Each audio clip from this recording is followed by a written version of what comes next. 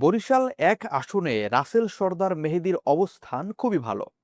হাতপাখার এই প্রার্থীর পক্ষে হিন্দু, মুসলিম, খ্রিস্টান, ধর্ম, বর্ণ নির্বিশেষে মানুষ যেভাবে কাজ করছে এবং তার যে উঠান বৈঠকগুলো হচ্ছে, সেখানে বিভিন্ন ধর্মের মানুষেরা যেভাবে তাকে জিতিয়ে আনার জন্য কথা বলছেন, পক্ষে যেভাবে তারা কাজ করার প্রতিশ্রুতি দিচ্ছেন এবং আসলে মাঠ পর্যায়ে যেটা লক্ষ্য করা যাচ্ছে, তাতে আশা করা যায় এবার তিনি এমপি নির্বাচিত হবেন এবং আগুলছড়া গৌরনদীবাসীর খেদমতে কাজ করতে পারবেন।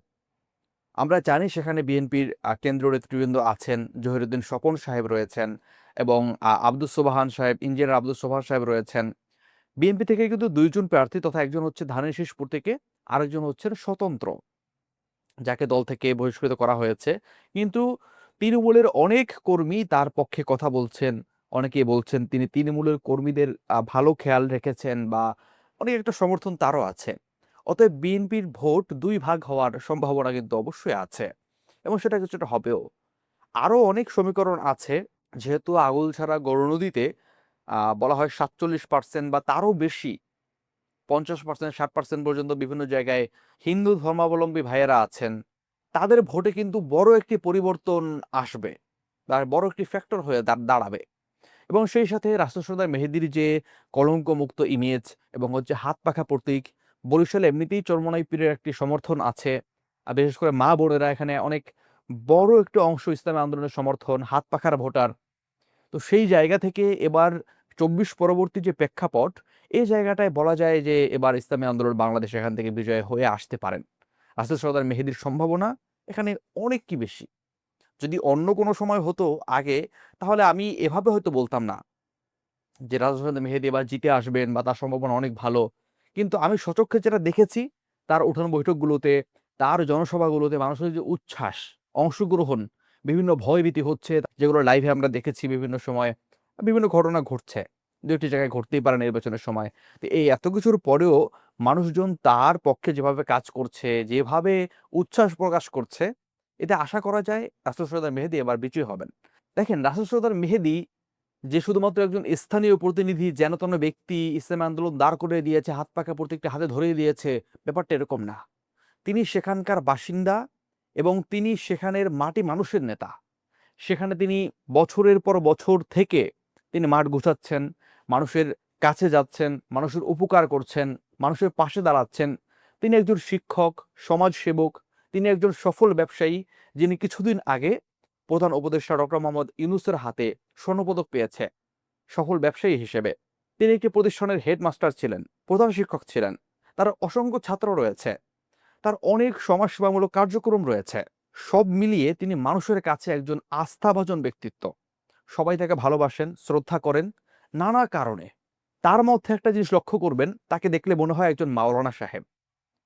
আমি নিজেই ১ম এ ভুল করেছি যে তাকে দেখে আমি বললাম তিনি কোথা থেকে দাওরায়ে হাদিস শেষ করেছেন বা মাওলানা হয়েছেন। পরে শুনলাম যে না, তিনি কোনো আলেম নন। অথচ তার তিলাওয়াত, তার জিকির আজগার, তার চলাফেরা, কথাবার্তা, তার পোশাক পরিচ্ছদ, কোথাও আপনি ধরতে পারবেন না যে তিনি একজন জেনারেল শিক্ষিত। আবার আরো একদিন অবাক হলাম, দেখলাম যে তিনি একটি অনুষ্ঠানে বক্তব্য দিচ্ছেন একেবারে ইংলিশে। অনর্গল ইংলিশে বক্তব্য দিচ্ছেন।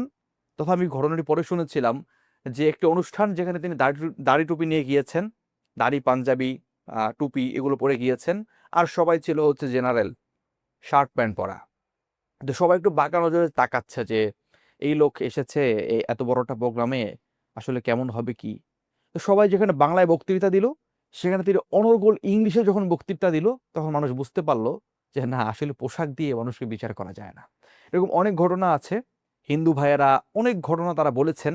আম আ যখন আমি উঠান বৈঠকে তার সাথে ছিলাম, শুনেছি বিভিন্ন ঘটনা।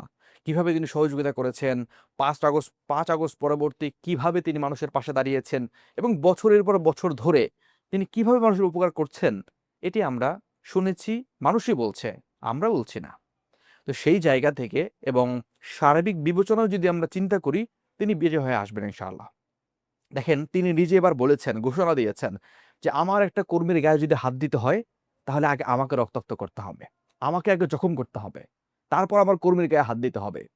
যদি একটি ভোট পিটাই নিতে চায় কেউ, সিল মেরে নিতে চায়, আমাকে আগে পিটাতে হবে, তারপরে ভোট পিটাতে দেওয়া হবে।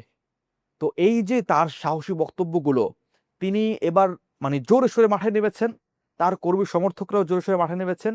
যদি খুব বড় কেলেঙ্কারি না হয়, যদি সুষ্ঠু নির্বাচন হয়, তাহলে আশা করা যায় যে ইসলামী আন্দোলন এবার জিতে আসবেন।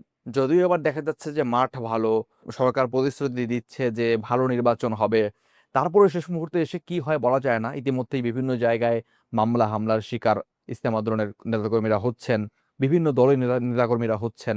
তো সেই জায়গা থেকে আসলে নির্বাচনের দিন কি পরিবেশ হবে, ভোটের মাঠ, অনেকেই কেউ বলছেন নির্বাচন কমিশন কারো দখলে, কেউ বলছেন প্রশাসন কারো দখলে, কেউ বলছেন মাঠ কারো দখলে, এই নানা তর্ক বিতর্ক সমীকরণ আছে। শেষ পর্যন্ত যদি সুষ্ঠু নির্বাচন হয়, তাহলে আশা করা যায় ইসলামী আন্দোলন বাংলাদেশ বিজয়ী হবেন এবং রাসূল সদয় মেহেদী বরিশাল ১ আসন থেকে এমপি প্রার্থী হয়ে দেশ মাটি মানুষের জন্য কাজ করবেন।